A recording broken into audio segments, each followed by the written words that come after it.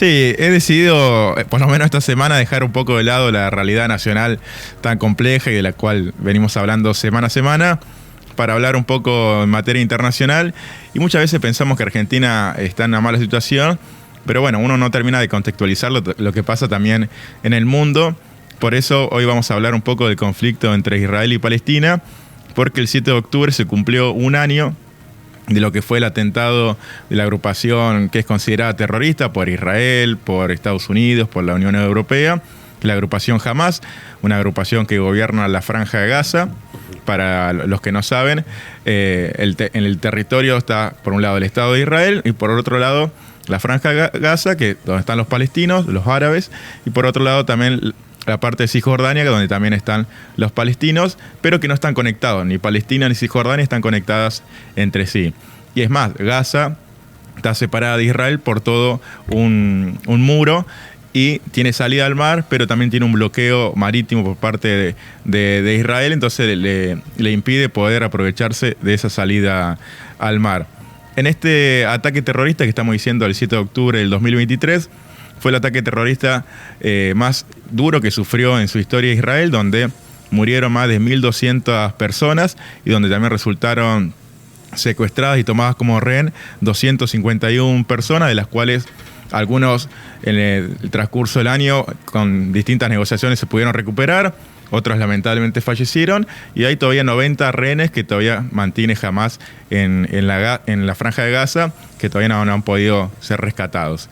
A ese ataque, como decimos, que fue histórico para Israel, se contrapuso por parte del Estado de Israel una respuesta sumamente fuerte en una de las invasiones. Israel y Palestina vienen hace más de 70 años teniendo conflictos y diferentes guerras, pero esta ha sido la respuesta más dura por parte del Estado de Israel, que ha decidido directamente invadir toda la Franja de Gaza, ir progresivamente desde el norte hasta el sur, invadiéndola y destruyendo toda la Franja de Gaza. Yo tengo un par de datos de una entrevista que ha sacado la BBC, que es uno de los medios más importantes a nivel mundial, que nadie la puede considerar pro-árabe ni pro-palestina, pero que realmente, en base a números que también da la ONU y la Organización para los Refugiados que tiene la ONU, son datos muy alarmantes, porque, por ejemplo, habla de que con los bombardeos que realizó Israel, el 70% de las viviendas de la Franja de Gaza, que es una franja muy chica de territorio en la cual viven 2,2 millones de personas. Gaza tiene una de las concentraciones de población más grandes del mundo, es decir, que más personas viven por kilómetro cuadrado. En esa pequeña franja fue bombardeado por Israel y se han destruido el 70% de las casas y las viviendas.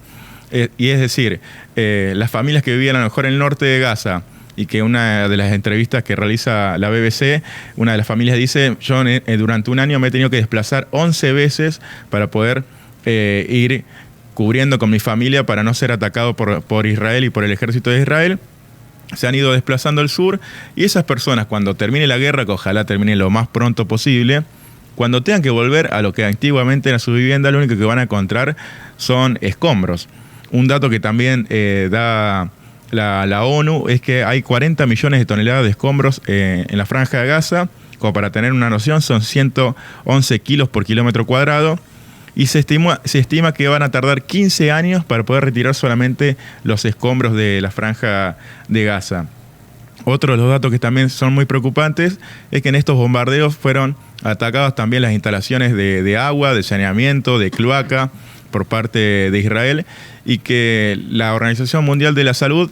estima que para cada persona debería consumir, tanto para beber como para cocinar y bañarse, entre 50 y 100 litros de agua. Se habla que en Palestina solamente tienen acceso cada palestino a 4,5 litros de agua, lo cual realmente es preocupante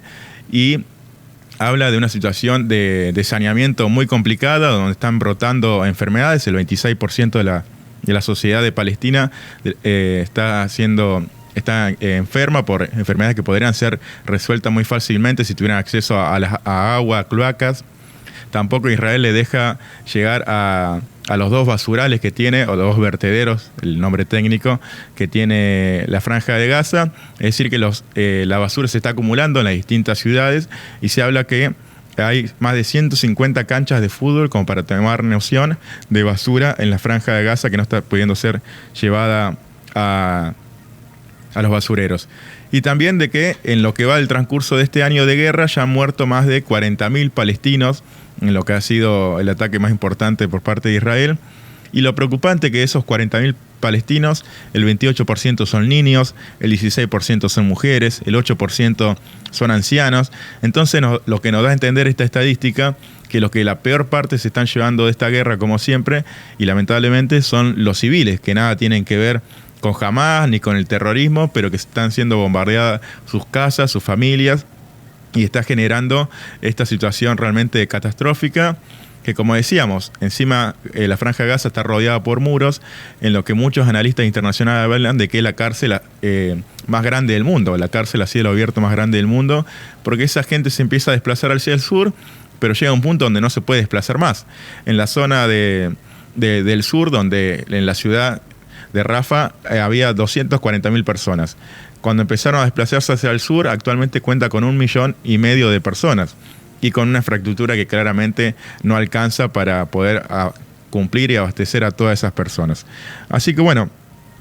otro dato también llamativo de estos bombardeos es que lo que denuncia la ONU, que hay 175 periodistas que han fallecido cubriendo la guerra y más de 196 voluntarios de distintas ONG que también han ido a dar una mano y que también han fallecido por los distintos bombardeos del ejército de Israel. Que la ayuda humanitaria, Israel está realizando un bloqueo muy fuerte hacia la Franja de Gaza, donde antes de que arrancara el conflicto entraban por día 500 camiones aproximadamente de ayuda humanitaria, y actualmente solamente están entrando 161, y que debería ser al revés, deberían entrar muchísimos más camiones porque la situación es cada vez más preocupante, y en cambio Israel está retizando que puedan entrar camiones con ayuda humanitaria.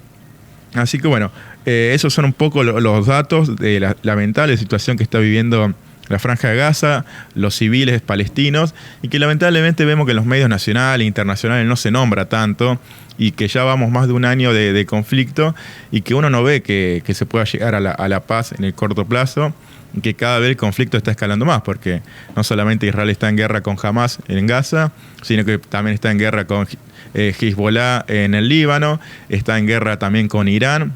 y está en guerra también con los rebeldes de Yemen. Entonces tiene 5 frentes abiertos al mismo tiempo el ejército de Israel, y uno no ve que haya un proceso de paz, sino todo lo contrario, que cada vez escalan más estos conflictos, y donde vemos que es muy común en Israel que haya misiles que se envían de Irán, del Líbano, de Yemen o del mismo de la Franja de Gaza. Entonces, bueno, en el medio también quedan los civiles israelíes. Recién hablábamos que en este ataque terrorista murieron 1.200 personas, 251 rehenes, que no tenían nada que ver, no eran funcionarios del Estado de Israel ni del ejército, eran simplemente civiles que fueron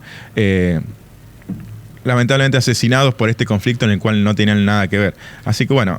un poco era aprovechar, dejar un poco de lado la realidad nacional y hablar un poco también sobre este conflicto que ya lleva más de 70 años y que lamentablemente se sigue profundizando, y vuelvo a repetir, la peor parte se lo llevan los civiles, y como decíamos recién, el 28% de los fallecidos palestinos son niños. Es increíble que un niño tenga que sufrir este tipo de realidades.